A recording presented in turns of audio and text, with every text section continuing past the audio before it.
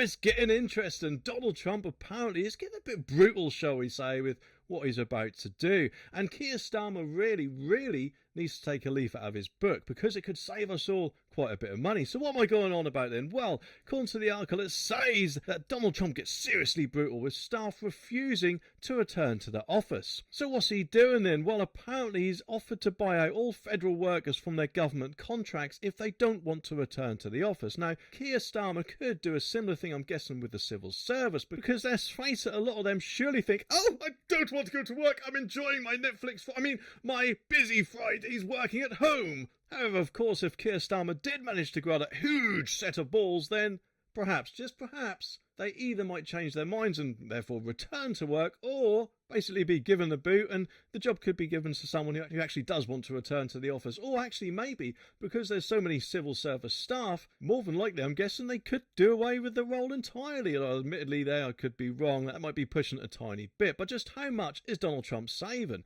Well, even though it says if workers agree to quit their jobs, they'll be eligible for about 8 months' salary as a severance or redundancy package. But according to this, that will save the government around £80 billion or $100 billion. Which will obviously help them out. And if it happens over here, then no doubt, of course, that will help Keir Starmer fill his £22 billion black hole, which he just won't shut up about. The offer was emailed to millions of employees on Tuesday with a February the 6th deadline to accept. So they haven't got long, just a week to decide. Although, I don't know about you, but if I was offered 8 months' salary up in advance, then it might just tempt them, shall we say, to do it.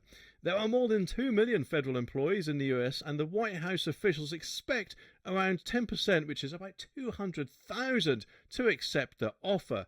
And I'm guessing Keir Starmer might be waiting to see just how many will actually accept the offer. I personally think Keir Starmer, unfortunately, won't have the balls to copy Donald Trump with that, along with quite a lot of other things that Donald Trump is more than likely going to be doing.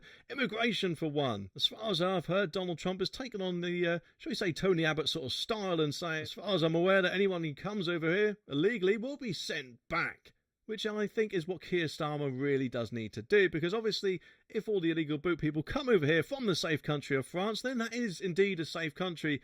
And therefore, what reason do they actually have to leave if they're fleeing from war or other crap they come out with, in my opinion? But anyway, workers were apparently asked to reply to the email with the word resign written into the subject line if they wanted to take the deal. But apparently it doesn't actually go out to all government employees, because it says some federal employees, including military personnel, immigration officials, national security workers and postal staff, were exempted from the offer. So I'm guessing, and admittedly I could be wrong, but I'm guessing it is only them who, let's just say, enjoy sitting on their bums at home watching Netflix. Apparently they'll be entitled to receive both pay and benefits until September the 30th, which actually, in my opinion, is quite a decent amount of time for them to find another job, which obviously for them, unfortunately, doesn't involve sitting on their arse watching Netflix at home. And the government's HR agency, though, what do they say about it? The Office and Personnel Management warned employees that in the email, further cuts to staff could happen in the future. So, could this possibly be jump before you're pushed? It looks that way, doesn't it?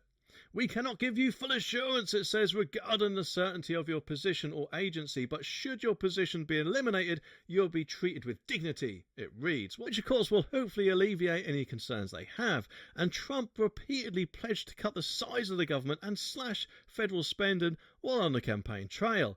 Unfortunately, Keir Starmer promised a lot of stuff when he was out and about, but unlike Donald Trump, of course, he unfortunately isn't doing them, while Donald Trump is hitting the floor running, it seems, eh?